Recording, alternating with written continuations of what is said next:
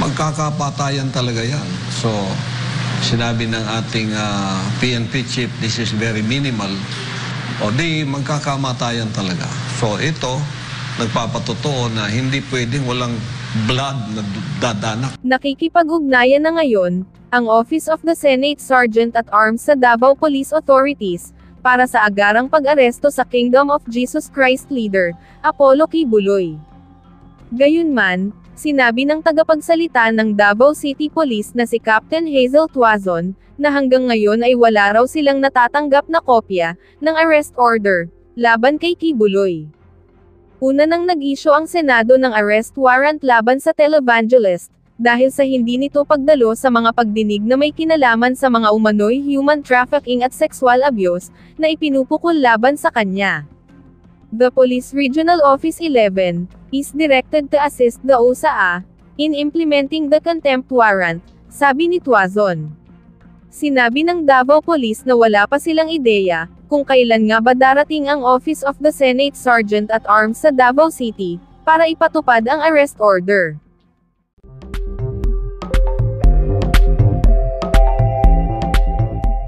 So, on the request of Senator Robin, the chair calls for a 1-minute suspension of the hearing. Please stay around, dear friends. Salamat po.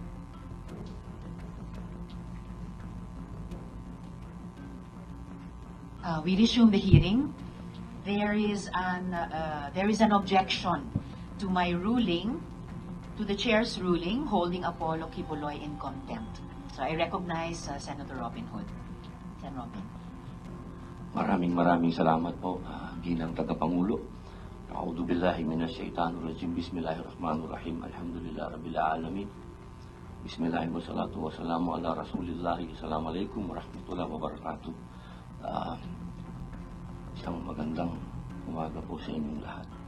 Lalong-lalo na po sa ating ginang na tagapangulo.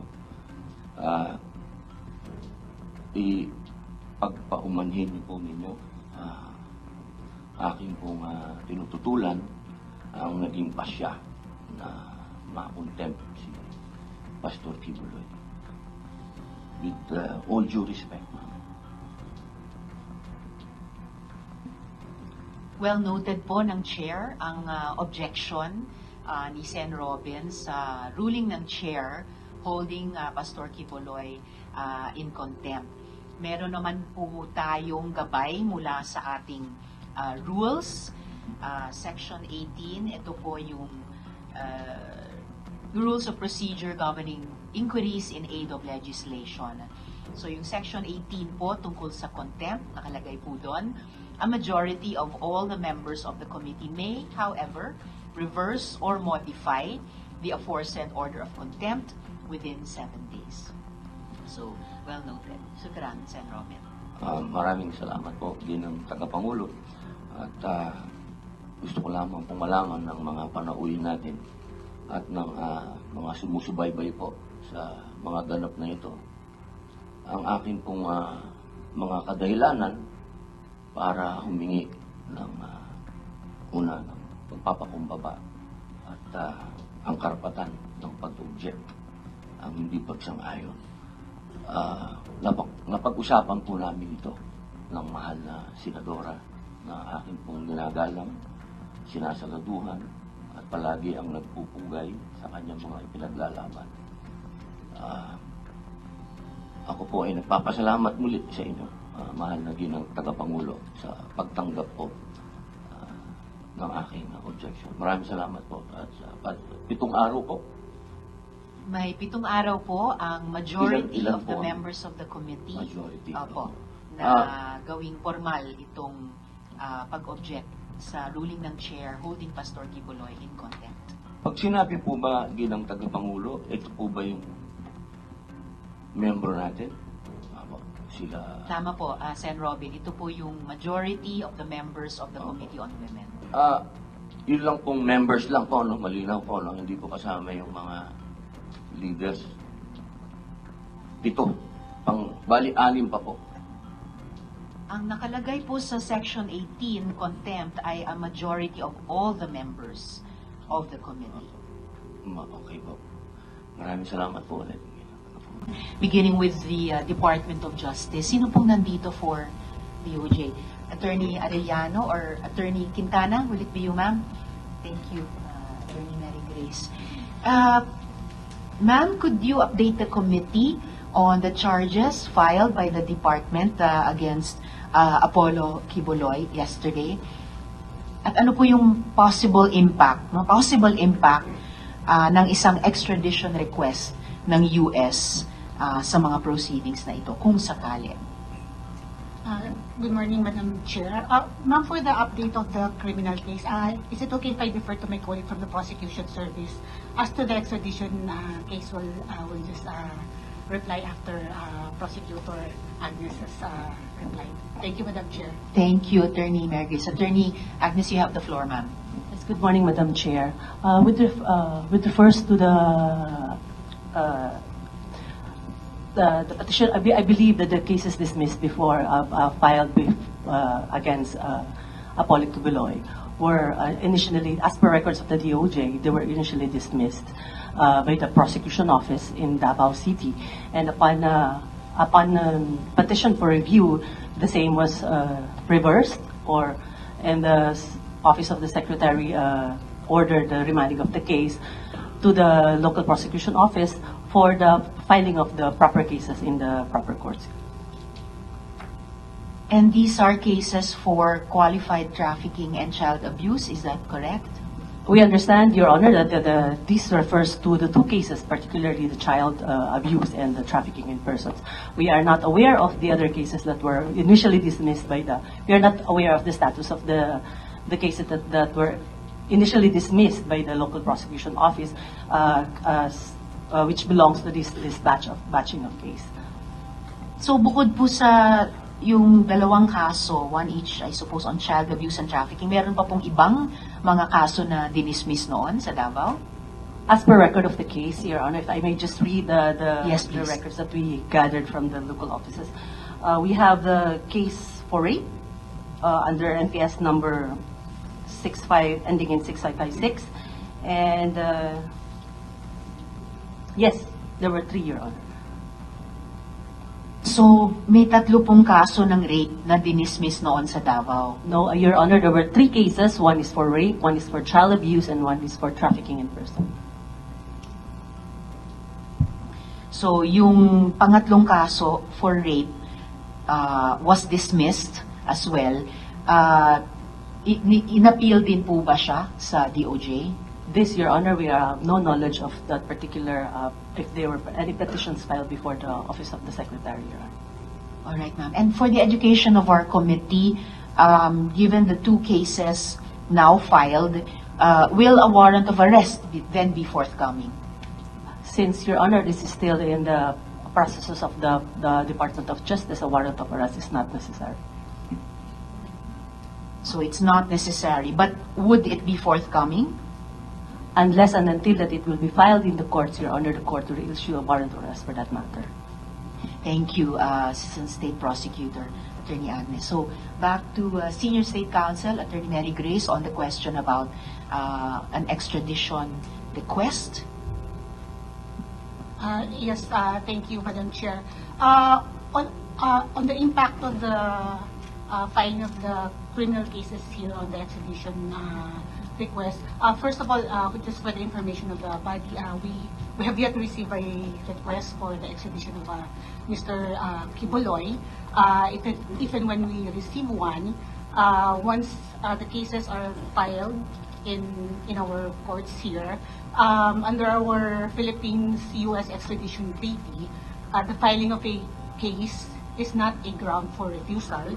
It's really a ground for the postponement of extradition. So that is discretionary on the part of the requested state, in which case the requested state has the option to either postpone the case, postpone the extradition, which the postponement may run from the completion of the prosecution up to the service of the sentence.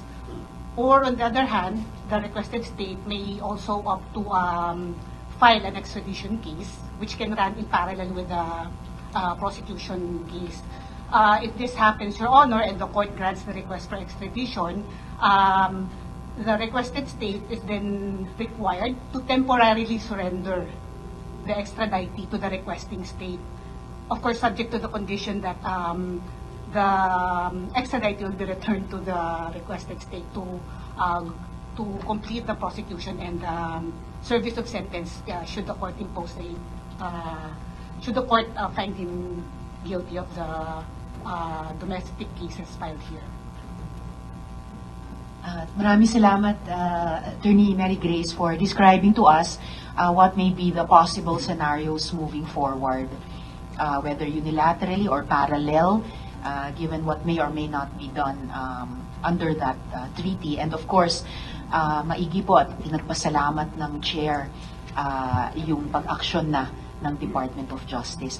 As well, friends, we have a copy of the Immigration Lookout Bulletin Order of the DOJ, memorandum of the Secretary to Bureau of Immigration Commissioner Tansinco, dated 27th February. So maraming salamat din po para sa ILBO na ito. Thank you, ma'am. Salamat po sa DOJ. Thank you also, Madam Chair. Thanks, ma'am. Ngayon naman po, ilang mga tanong sa DMW at o sa DFA. Given po itong mga dagdag pong testimonya natin, lalo na kay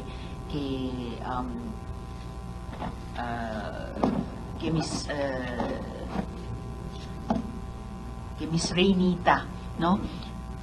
Ano pong mga proteksyon ang pwedeng ibigay sa mga OFWs na who fall prey to these kinds of abusive activities? Is DMW with us today, Comsec? Mula sa DFA, Director Bernadette from the Office of Migrant Workers Affairs. If our OFWs fall prey to these abusive activities, what protections could they avail of? Ma'am, in the first place, if the abuses start from here in the Philippines, the DFA cannot be involved in that. It has to be our own agencies, like the DMW, and of course our law enforcement agencies. If we're talking about if they are already abroad and they fall prey to these matters, again, ma'am, they can report to the Philippine Embassy in Singapore, more specifically to the migrant workers offices if they are technically OFWs. If they are permanent migrants, then they fall under the responsibility of the DFA, the foreign service part of the embassy. The MWO is a unit under the Philippine Embassy. However, if the activities, the illegal activities, are considered also being committed within the territory of Singapore, then the host government's agencies may also need to be involved. So there are many aspects to be studied regarding these cases, ma'am. But so far, we have not received any request for assistance from the OFWs or the permanent residents abroad regarding this matter.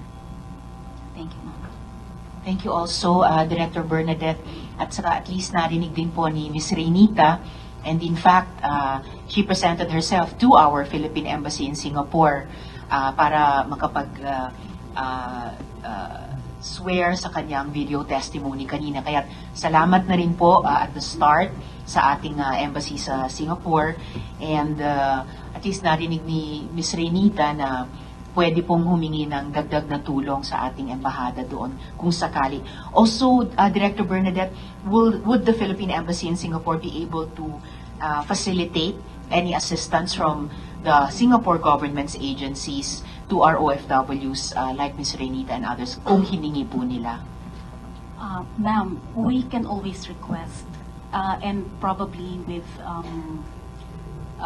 the help of the Philippine government, the Singaporean government or any other government may consider this more seriously. However, being a different state, being a different government, we cannot guarantee what their response will be. Oh, very well taken po. Of course, hindi naman natin pwedeng i-guarantee yung gagawin o di gagawin ng ibang gobyerno. But it's enough to know na yung embassy natin has already assisted Ms. Renita ng pakalahok dito sa ating pagdinig, and that she may also request them for additional assistance. Ms. Renita, narinig niyo po yon, yung sinabi ng resource person natin mula sa Department of Foreign Affairs, na pwede pa po kayong humingi ng assistance sa embahada natin doon kung sakasakali. Yes po, Madam Chair. Actually po, matagal ko na po talagang alam, but in my heart, I really thought that yung mga tao pong nag-involve talaga sa gawain dito ng Ministry ng KOJC, they're also a victim. And that time, I really don't know how to make a move. Kasi po, nung una po ako nag-testify, nauna po ako nag-testify nung unang-unang pag-ano ko sa Rappler, ay sobra po naapektuhan ang personal life ko. Kaya po, I back off. But then this time, I think nabuhayan po kami ng loob na I hope, we don't really expect a lot na magkakaroon po ng changes, you know, in just a blink of an eye. But at least an opening eye for those OFW na gustong gumising po na na-involve po dito sa gawain. Kasi I see a lot of sacrifices na ibinuhos po ng mga OFW dito po. And beyond that, it's really not of my control, Madam Chair. Maraming salamat doon, Ms. Renita. Ang ganda nung sinabi niyong this whole investigation is eye-opening for us, pampagising po sa ating lahat. Una-una na dahil sa katapangan ninyong mga victim survivors, mga witnesses, and then for us working in government as well. And pasensyoso din naman po kami sa komite, tulad po ninyo, hindi po kami umaasa sa overnight changes, pero we will really apply ourselves po to work with you and our national government agencies na kahit dahan-dahan mabigyan ng kahit bahagyang hustisya kayo at magkaroon po tayo ng mga pagbabago moving forward para hindi na po magpatuloy o maulit-ulit yung ganito pong mga pang-aabuso. So, salamat po sa malaking ambag nyo dyan, Ms. Renita. Kayo po ni Sir Dindo ngayong pagdinig na ito. And salamat po, Director Bernadette. At the next hearing, we will ask a similar question of the Department of Migrant Workers.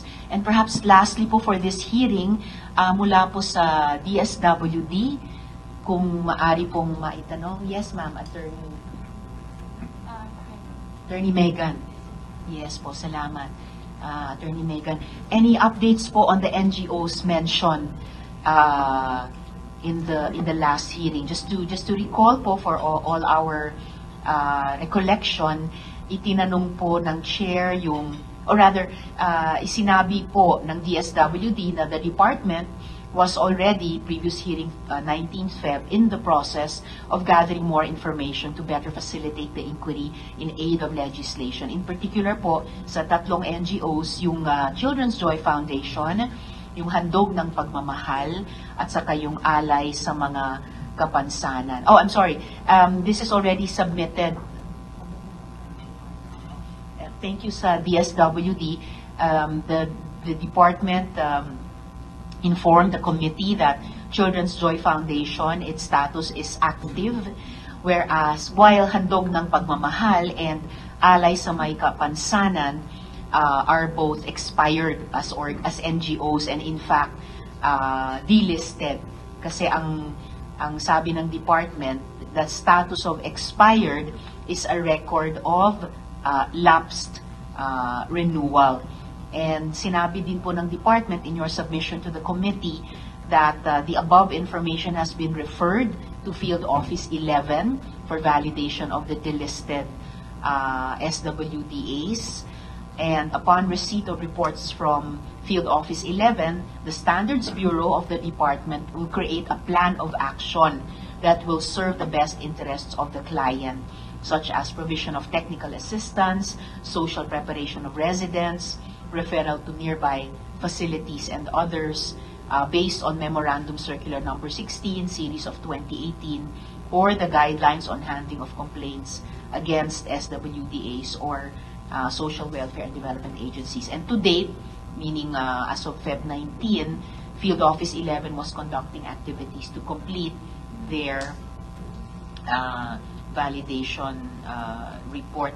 So ma'am, I'd just like to ask if there's any additional update on these NGOs mentioned in the last hearing, and also in particular about Children's Joy Foundation, having heard the testimony under oath of Dindo Makiling, if this will impact on the continuing investigations of DSWD. So Attorney Megan Therese, please. Yes, Madam Chair. Good morning.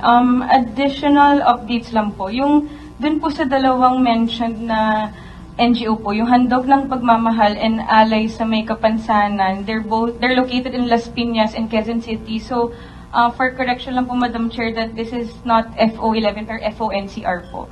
So, we will be doing the necessary coordination with FONCR to validate if they are operating or not, despite the lapse of their registration and license to operate.